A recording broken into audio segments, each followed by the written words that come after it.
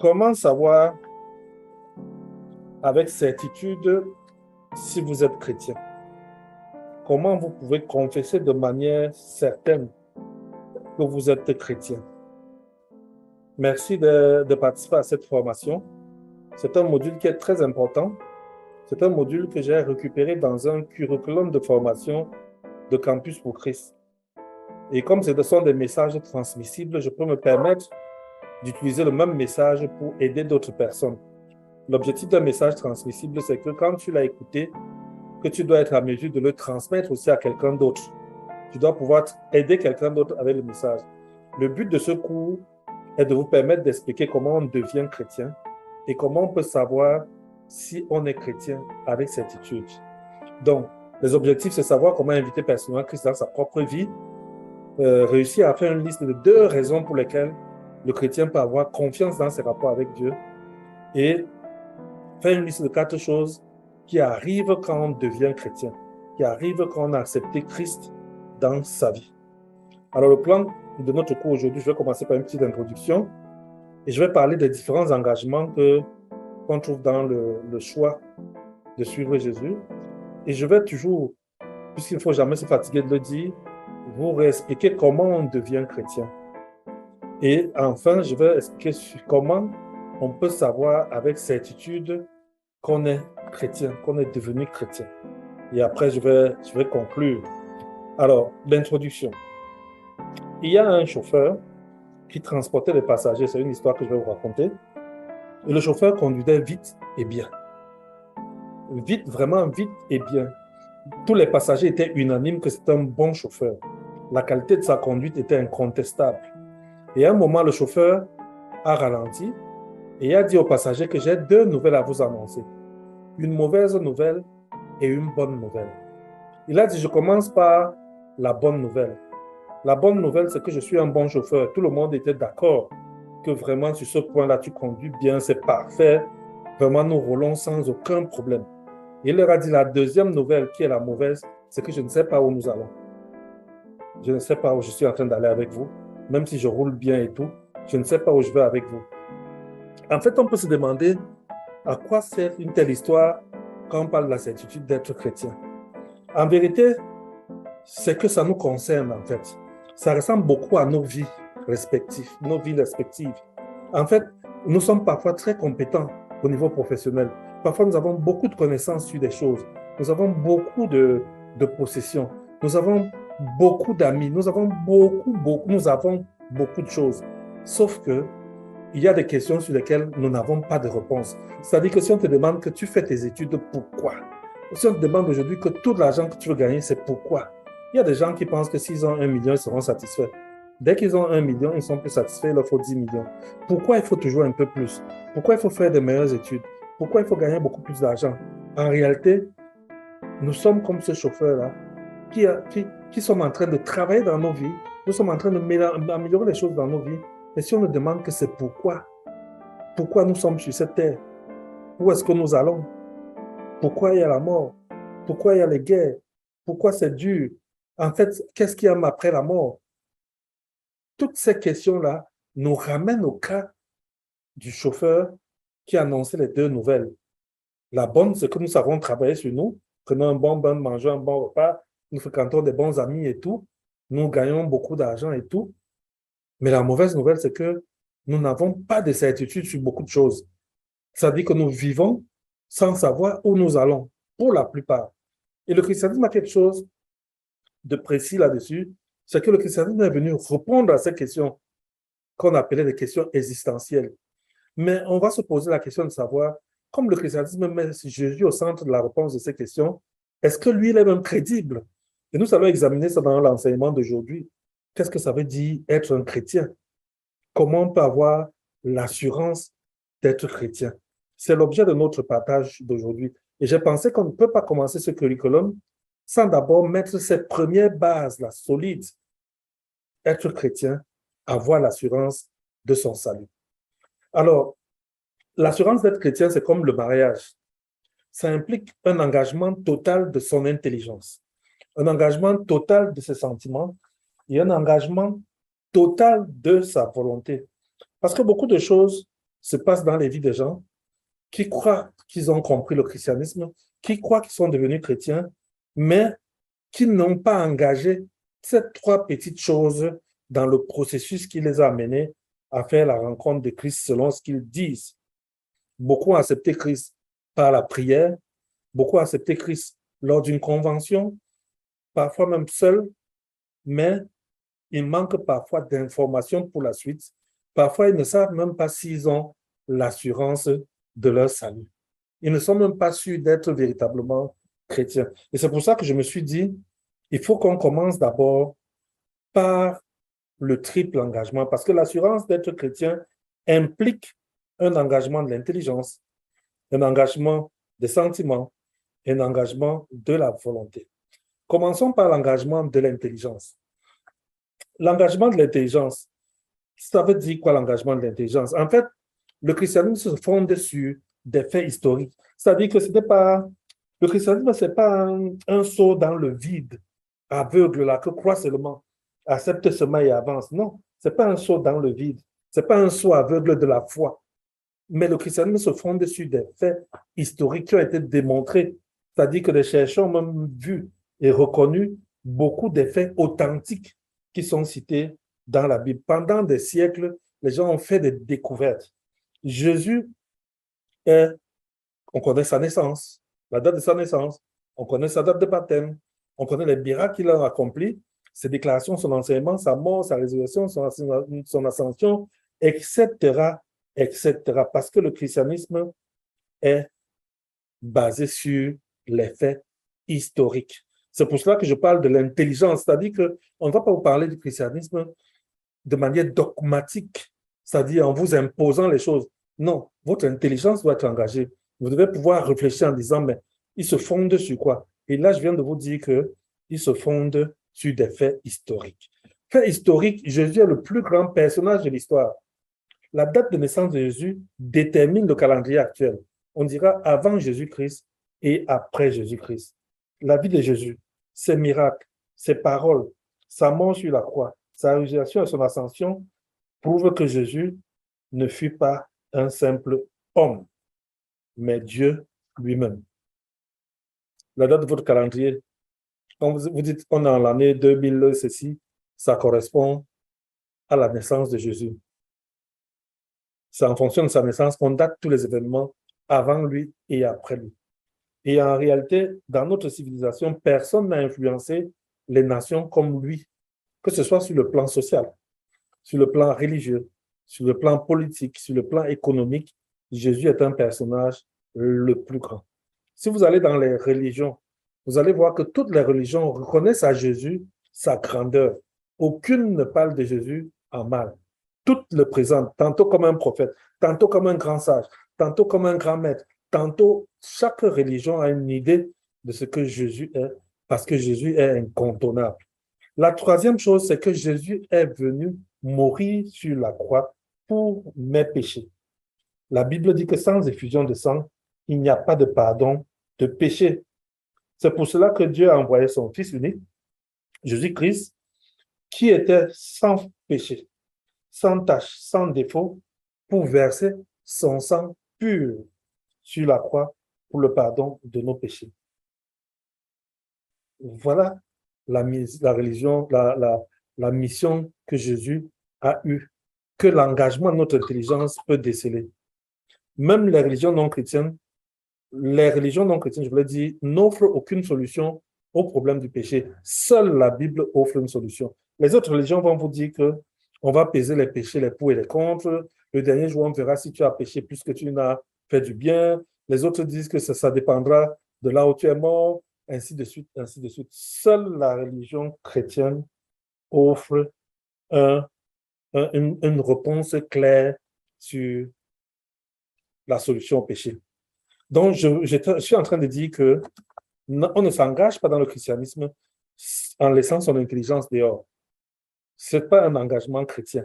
Si c'est le cas que vous avez eu, si en arrivant au christianisme, vous êtes arrivé en évitant de réfléchir, en évitant de vérifier les faits, c'est que vous avez eu un problème avec votre engagement. Le deuxième engagement, c'est l'engagement des sentiments. On n'entre pas dans le christianisme sans engager ce sentiment. Mais il faut accorder, je veux dire, il ne faut pas trop accorder de l'importance au sentiment. L'émotion, c'est une réaction devant un acte.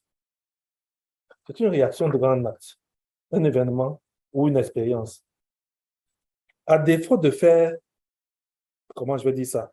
À défaut de faire le distinguo entre une émotion positive et une émotion négative, à défaut de faire le distinguo entre ces différentes émotions-là, beaucoup de personnes tombent dans la confusion au sujet de leur relation avec Dieu.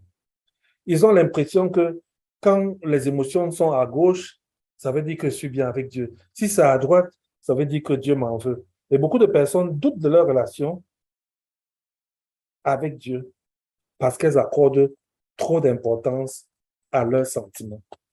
Certains disent même que j'ai cru, mais le jour où j'ai cru, je n'ai pas ressenti une réponse émotionnelle.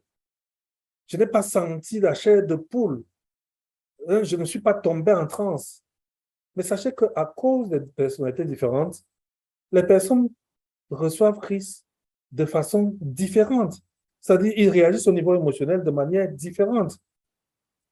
L'apôtre Paul a fait une expérience extraordinaire. Il a été aveuglé, il est tombé pendant qu'il allait je ne sais plus, le mot m'échappe là, mais il est tombé pendant qu'il allait à Damas, le chemin de Damas. Il a eu une attaque.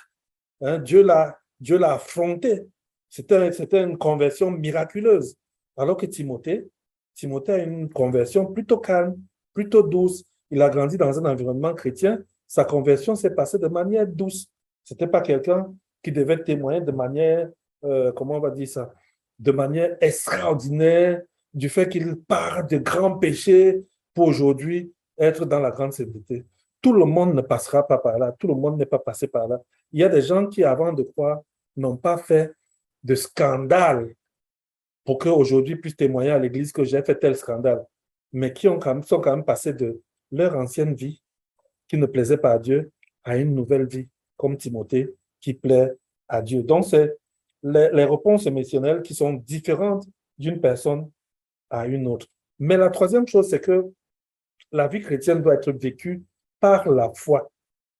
La vie chrétienne doit être reçue et vécue sur la base de la foi et non sur la base des sentiments.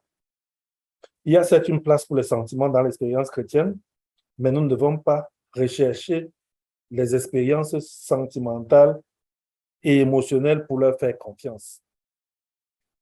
Une chose peut t'arriver sans que tu ressentes les mêmes émotions que quelqu'un d'autre. Donc, il faut que cela soit clair. Mettons les sentiments à leur place dans l'expérience chrétienne. Nous ne devons pas rechercher cela. Et nous ne devons pas mettre notre confiance sur ce que nous ressentons. Parce que j'entends souvent, tant que je n'ai pas senti telle chose, ça veut dire que ça n'a pas sa place dans la vie chrétienne. Troisième engagement, c'est l'engagement de la volonté. Tout comme dans le mariage, tu peux être engagé au niveau intellectuel. Tu as mis les arguments de côté, tu as mis les critères, la personne répond à tes critères, l'engagement des sentiments, tu l'aimes, ton cœur bat pour lui. Mais les deux choses ne font pas de toi une personne mariée. Tu n'es marié que quand tu vas dire oui, je le veux. C'est la même chose dans le christianisme. On ne devient pas chrétien parce qu'on a compris le christianisme. On ne devient pas chrétien parce qu'on a des sentiments positifs par rapport à un certain nombre de choses. Mais on devient chrétien parce qu'on a engagé sa volonté. La première volonté, c'est celle d'obéir à la vérité. Celle d'obéir à la vérité. La Bible dit que si quelqu'un veut faire sa volonté, il renaîtra, si cet enseignement vient de Dieu. Jean 7, verset 17. C'est par la volonté, à la vérité, que nous pouvons le connaître. C'est par la volonté d'obéir à la vérité. Ça dit que l'engagement à devenir chrétien contient la volonté d'obéir. Vous avez entendu ce que je dis? La volonté d'obéir à la vérité. C'est-à-dire confier la direction de sa vie à Jésus-Christ. Vous voyez un schéma ici, qui est un schéma donné par Campus au Christ, où il y a un premier personnage du premier siècle, où il y a un M qui est assis sur une chaise. M là, c'est mon moi, c'est-à-dire ma personne. qui est assis dans mon environnement. Le cercle, là, c'est ma vie. Et la croix à l'extérieur, c'est Jésus. Donc, j'ai mis Jésus en dehors de ma vie et je dirige ma vie. Alors que l'engagement d'obéir consiste à confier la direction de sa vie à Jésus, donc le mettre sur la chaise de ma vie. Et moi, je suis à côté de cette chaise qui est le trône de ma vie. Et vous voyez que les boutons dans ma vie sont rangés, ma vie a un sens. Alors que dans l'autre image, les boutons sont plutôt en désordre. Regardons les raisons pour lesquelles certaines personnes refusent de confier toute leur vie à Jésus. La première raison, c'est que ces personnes craignent que Dieu va changer leur projet et supprimer toute joie de leur existence. Parce que pour eux, Dieu, c'est un rabat-joie. Avec Dieu, vraiment, ça va être compliqué. On ne pourra plus s'amuser. On ne pourra plus faire telle chose. Et donc, ils conçoivent Dieu comme un vieux papa rabougri, hors de toute joie, hors de toute jouissance. Avec lui, ça va toujours être compliqué.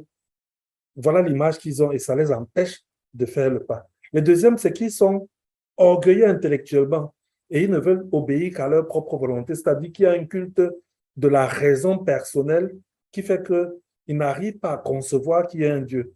Ils pensent que tout ce qui est, tout doit se démontrer par la raison et donc du coup, ils ont donc cet orgueil intellectuel-là. Je me rappelle le film Le Titanic. Je me rappelle cet homme de science qui disait dans le Titanic que le Titanic est insubmersible, que c'est une vérité mathématique, qu'il n'y a aucune chance que le Titanic soit sous l'eau. Mais vous avez vu, si vous avez vu le film, ou si vous avez connu l'histoire du Titanic, le Titanic est entré sous l'eau. Et les gens sont morts. C'est insubmersible. C'est ça l'orgueil intellectuel qui empêche les gens de confier leur vie à Jésus. D'autres ont déjà accumulé des biens. Je me rappelle, une dame me disait ça. Une dame me disait que si j'accepte Jésus dans ma vie, que ferais-je de cet homme qui m'entretient? Qu'est-ce que je vais faire de cet homme qui s'occupe de mon enfant? Comment je vais pouvoir m'en sortir? Hein, puisque je suis sûr que Jésus va demander que j'arrête cette vie-là. Est-ce que je pourrais m'en sortir en arrêtant de vivre avec cette personne-là? Donc, il y a des gens comme ça, ils ont déjà des biens. Et pour eux, Jésus qui entre dans leur vie, c'est fin de leur bien. D'autres personnes disent qu'ils ne veulent pas placer leur vie entre les mains de quelqu'un. C'est-à-dire, ils disent que c'est risqué, hein, parce que je veux maîtriser les choses, c'est risqué de donner ma vie à quelqu'un d'autre. D'autres choses qui vont arriver aussi, c'est les péchés volontaires. C'est-à-dire que tu engages ta volonté dans le péché. Cela veut dire que tu laisses le péché dominer sur toi. Et d'autres vont se laisser tromper par Satan. Et il faut que les gens le sachent, que Satan est le père du mensonge. Il va tout faire pour te faire douter de ta foi. C'est-à-dire que quelqu'un qui veut être ferme avec Christ, Satan va tout faire chaque fois pour l'amener à avoir des doutes sur le fait qu'il est chrétien, des doutes sur le fait qu'il est connecté avec Dieu. Il aura toujours, à chaque moment, des moments de doute. Et Dieu n'est pas là pour s'aimer le doute dans l'esprit des gens. Dès que vous avez des doutes, sachez que ça ne vient pas de Dieu. Les doutes viennent de Satan. Et c'est pour ça que certaines personnes confessent leurs péchés, mais continuent dans la culpabilité. Dieu, quand tu as confessé tes péchés, ne te garde pas dans la culpabilité. C'est le diable qui t'accuse dans ton mental et te donne l'impression que tu es toujours coupable malgré toutes les confessions que tu as faites de ton péché. Maintenant, comment on va faire pour avoir la certitude qu'on est sauvé? Je crois qu'il faut commencer par devenir chrétien. Et comment on devient chrétien? Pour devenir chrétien, je voulais vous expliquer 4 vérités fondamentales. 4 vérités qu'il faut comprendre. La première vérité, c'est que Dieu vous aime. Dieu vous aime et il vous offre un plan merveilleux pour votre vie. La Bible parle de l'amour de Dieu. Et la Bible dit que Dieu a tant aimé le monde, dans Jean 3,16, tant aimé le monde qu'il a donné son Fils unique, afin que quiconque c'est toi, croit en lui, ne périsse pas, mais qu'il ait la vie éternelle. Voilà la vérité de Dieu. La deuxième chose, c'est que Dieu vous aime tellement qu'il a un plan. La Bible dit que je suis venu afin que les brebis aient la vie et qu'elles soient dans l'abondance. C'est Jésus qui parle dans Jean 10, 10. Ça, c'est la première vérité, que Dieu nous aime. Et Dieu prouve même son amour. La Bible dit que Dieu prouve son amour. On va voir ça tout à l'heure. Ça dit, Dieu nous aime tellement qu'il le prouve même. Deuxième chose qui est importante à savoir aussi, c'est que l'homme est pécheur et séparé de Dieu. La Bible dit que tous ont péché et sont privés de la gloire de Dieu. Romains 3, 23. Tous ont péché. La Bible ne dit pas que certains ont péché, elle dit tous ont péché. Tous, T-O-U-S, et sont privés de la gloire de Dieu. Et cela fait donc que l'homme est séparé de Dieu. Parce que le salaire du péché, c'est quoi? C'est la mort. Dieu a mis cette loi en place en disant tu pêches, tu vas mourir. Tout homme qui pêche mourra. Romains 6, 23. Tu pêches, tu vas mourir. Troisième vérité que je voulais que tu saches, c'est que l'homme est séparé de Dieu à cause du péché. Dieu est saint. La Bible dit même qu'il est saint, saint et saint. C'est-à-dire qu'il n'est pas seulement saint tout court. Il est trois fois saint. L'homme est pécheur. Et le péché, donc, crée un abîme qui sépare l'homme de Dieu. Et les efforts de l'homme pour atteindre Dieu deviennent vains et inutiles parce que tu ne peux pas aller vers Dieu. Et c'est même ça l'essence des religions, la tentation d'atteindre Dieu. Et l'homme ne peut pas réussir. L'histoire a beaucoup de révélations sur les échecs des hommes dans l'essai d'atteindre Dieu. L'homme est pécheur, il est séparé de Dieu. C'était la deuxième vérité, comme je disais. La troisième vérité, c'est que Jésus est la seule solution de Dieu pour le péché. Jésus est mort à notre place. Nous avons vu tout à l'heure que la seule façon d'effacer un péché, c'était l'effusion du sang. Il est mort à notre place. La Bible dit que Dieu prouve son amour envers nous en ce que, lorsque nous étions encore des pécheurs, Christ est mort pour nous. C'est-à-dire que ce n'est pas que nous avons fait quelque chose de bien, mais nous sommes encore dans le péché. Christ meurt pour nous. Et Dieu veut que ce soit pour nous une preuve d'amour, que ce soit la démonstration de l'amour qu'il a vis-à-vis de nous. Et c'est pour ça qu'il faut comprendre quelle est la personne de Jésus-Christ, sa naissance, sa vie, ses miracles, ses paroles, son ascension. La naissance miraculeuse de Jésus. Il est né d'une vierge. Et cela prouve que Jésus est plus qu'un homme. Il va dire dans la Bible, moi et le Père, nous sommes un. Il affirme même lui-même qu'il est Dieu. Il affirme qu'il est Dieu. Et il affirme être l'auteur d'une nouvelle vie dans laquelle je t'invite si tu n'y es pas encore. Il est l'auteur d'une nouvelle vie. Jésus-Christ n'est pas seulement mort, mais il est ressuscité d'entre les morts. Vous lirez 1 Corinthiens 15, les versets 3 à 6. Il est ressuscité. Le troisième jour, il est sorti du tombeau. Il a vaincu la mort. C'est-à-dire que si les gens pensaient qu'il est fou, quand il disait qu'il va ressusciter, quand ils l'ont vu ressusciter, ça lui a donné toute la crédibilité dont il avait besoin, dont les gens avaient besoin pour comprendre qui est Jésus, pour comprendre à qui on parle. Il est mort, il est ressuscité. L'autre chose qui montre que Jésus est la seule solution, il dit qu'il est le chemin qui mène à Dieu. Il dit dans Jean 14, 6, moi, je suis le chemin, la vérité et la vie. Nul ne vient au Père que par moi. Ça dit qu'il ne dit pas qu'il y a d'autres options. Il dit que par moi. C'est-à-dire que tu ne peux pas passer ailleurs. Ce n'est qu'à lui. Il est le seul chemin par lequel tu dois arriver au Père. Maintenant, nous avons trois choses.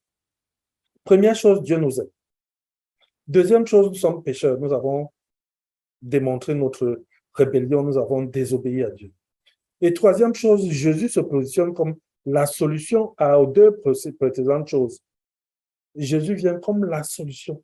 Mais comment vais-je adopter cette solution? Comment vais-je récupérer cette solution? Comment vais-je récupérer cette solution? C'est en considérant Jésus comme le pont entre l'homme et Dieu. C'est en acceptant Jésus comme le pont entre l'homme et Dieu. Et Dieu a bien voulu qu'il en soit ainsi en envoyant son Fils mourir à notre place. Et c'est pour ça que, dernière vérité, nous devons accepter personnellement Jésus-Christ comme Sauveur et Seigneur. La Bible dit que à tous ceux qui l'ont reçu, elle a donné le pouvoir de devenir enfants de Dieu, à ceux qui croient en son nom. Jean 1, 12. Lisez tout le livre de Jean pour vous situer. Parce que dans le livre de Jean, on dit qu'il est venu, les siens ne l'ont pas accepté. Mais à tous ceux qui l'ont reçu, elle a donné le pouvoir de devenir enfants de Dieu. Enfants de Dieu. C'est écrit, enfants de Dieu. Donc, nous devons accepter personnellement Christ. Mais nous l'acceptons comment? Nous l'acceptons par la foi. Nous acceptons Christ par la foi. C'est par la foi que nous acceptons. La Bible dit que c'est par la grâce que nous sommes sauvés, par le moyen de la foi. C'est l'élément par lequel nous allons accepter Christ, c'est la foi. Ça ne vient pas de nous, c'est un don de Dieu. Et ce que j'aime dans le livre d'Éphésiens, c'est qu'il dit que ce n'est pas par les œuvres, afin que personne ne se glorifie. Beaucoup de gens sont dans les œuvres dans l'Église, dans les ministères, dans la famille à cœur. Ils ont fait ceci, je fais cela, je fais ceci, je fais cela. Mais ils ne tiennent pas compte du fait que tout cela devrait passer par la foi. Le seul moyen que Dieu a donné, c'est la foi et non par les œuvres. Nous devons donc l'accepter personnellement de cette façon-là. Nous devons accepter Christ par une invitation personnelle. Voilà ce que Jésus a dit. Je me tiens à la porte et je frappe. Si quelqu'un entend ma voix et ouvre la porte, j'entrerai chez lui et je souperai avec lui, lui avec moi. Apocalypse 3, 20. Donc, maintenant, je te défie à accepter personnellement Christ par une prière de foi. Je te donne les paroles et ensuite, tu pourras les répéter si tu veux recevoir Christ en ce moment-ci. Seigneur Jésus, j'ai besoin de toi. Merci d'être mort sur la croix pour mes péchés. J'ouvre la porte de ma vie et je t'accepte comme mon sauveur et mon Seigneur. Merci pour le pardon de mes péchés et pour la vie éternelle que tu me donnes. Prends la direction de ma vie. Fais de moi la personne que tu désires que je sois. Amen. Je laisse cette image à l'écran. Je vais me la donner dans le groupe parce que je veux que tu t'accapares cette prière, que tu sois sûr que c'est vraiment l'envie que tu as dans ton cœur en ce moment-ci. Si c'est le cas, répète tranquillement cette prière. Je vais la mettre dans le groupe pour que tu puisses la répéter, mais tu peux revenir en arrière sur la bande pour lire cette prière tranquillement et Jésus entrera dans ta vie. Alors maintenant, si tu l'as fait, comment tu peux savoir avec certitude que tu es chrétien? Alors, pour savoir avec certitude que tu es chrétien, tu as deux choses importantes qui vont te soutenir là-dessus. La première chose, c'est la parole de Dieu elle-même. Et la deuxième chose, c'est la présence du Saint-Esprit dans nos cœurs. Première chose, la parole de Dieu. La parole de Dieu nous promet la vie éternelle. Je vous conseille d'aller lire 1 Jean 5, les versets 11 à 13. La preuve par la parole de Dieu. Elle promet la vie éternelle. La deuxième preuve, nous venons de la donner tout à l'heure dans Jean 1, 12, qui nous dit que nous sommes enfants de Dieu. Et la troisième chose, c'est l'autorité suprême du chrétien. L'autorité suprême du chrétien, que nous allons voir par la suite. Nous reviendrons dessus dans le prochain enseignement. Donc, je ne vais pas totalement expliquer ce schéma. Je vais le réexpliquer dans le groupe plus tard. Maintenant, au niveau du Saint-Esprit, nous avons l'assurance que nous appartenons à Dieu en lisant Romains 8, 16. Prenez le temps de le lire tranquillement. Prenez les notes, lis cela et tu verras comment l'Esprit est en nous, quoi. Et nos vies vont changer par la puissance du Saint-Esprit. La Bible dit dans 2 Corinthiens 5, 17 que celui qui est en Christ est une nouvelle créature. Les choses anciennes sont passées, toute chose est devenue nouvelle. Donc voilà globalement ce que je voulais partager avec vous aujourd'hui. La conclusion, c'est que 4 points sont à te rappeler. 1, Christ vient dans ta vie. Selon Apocalypse 3, quand tu reçois Christ, il entre vraiment dans ta vie, puisqu'il ne peut pas mentir.